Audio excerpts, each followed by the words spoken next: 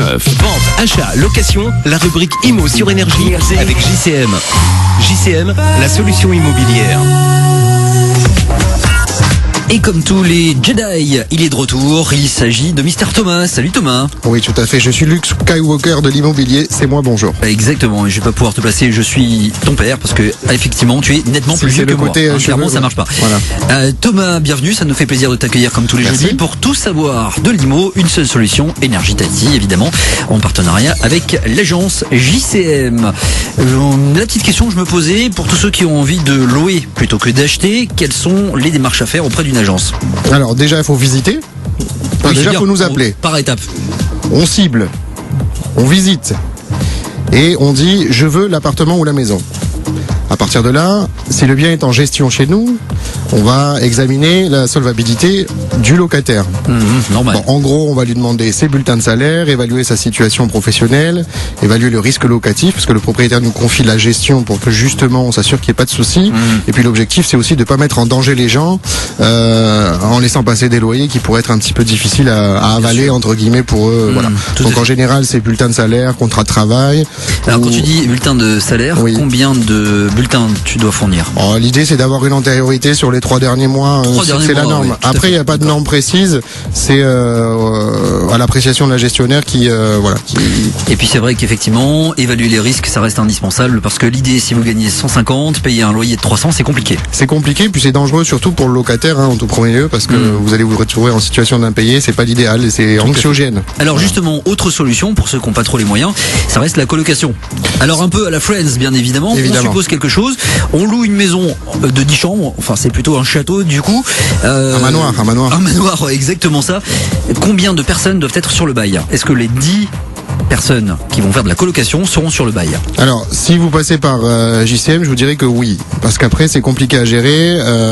S'il y en a qui partent, etc., qui vient, qui couche avec qui, c'est toujours pareil, on sait pas. Exactement, comme dans Love Story, quoi. Exactement. Les locataires sont en place. Après, ce qui se passe dans la colocation, on ne sait pas. L'un dans l'autre, ça ne regarde pas. L'un dans l'autre, c'est exactement ça, quoi. Mais il faut effectivement que tout le monde soit désigné au bail s'ils veulent avoir une existence juridique, légale et être engagés et être sécurisés dans leur location.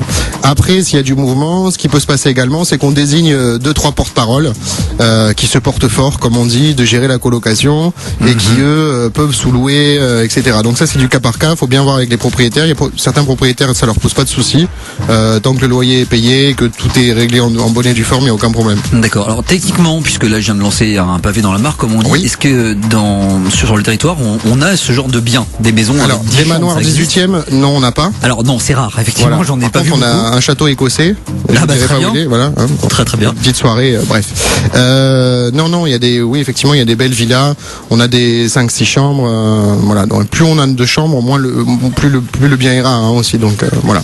Mais on a en général des colocations de 4, 5, 6 personnes. Voilà. Et alors le plus simple pour tous ceux qui aimeraient avoir des informations, ça reste de vous joindre en allant directement sur place.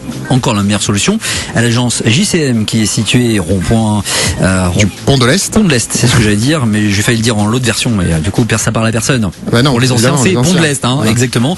Ou encore directement en t'appelant à 87 27 31 21. Ouais, exactement. Ça c'est pour le numéro perso de Mister, ou encore directement sur le fixe au 40 419 777. Toutes vos questions sur l'IMO peuvent être posées également à Thomas et à son équipe directement sur l'email suivant contact@jcm.pf. Voilà. Mais n'hésitez surtout pas à nous contacter. Je m'adresse à tout client, propriétaire, locataire. On aborde toutes les questions avec beaucoup de plaisir.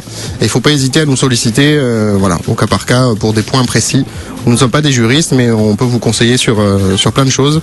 Donc allez-y. Eh ben écoute, c'est noté. On te fait des bisous, Thomas. Passe une excellente journée. On se donne rendez-vous jeudi prochain. Bonne journée à tous. Et salut Thomas. Salut. Ciao.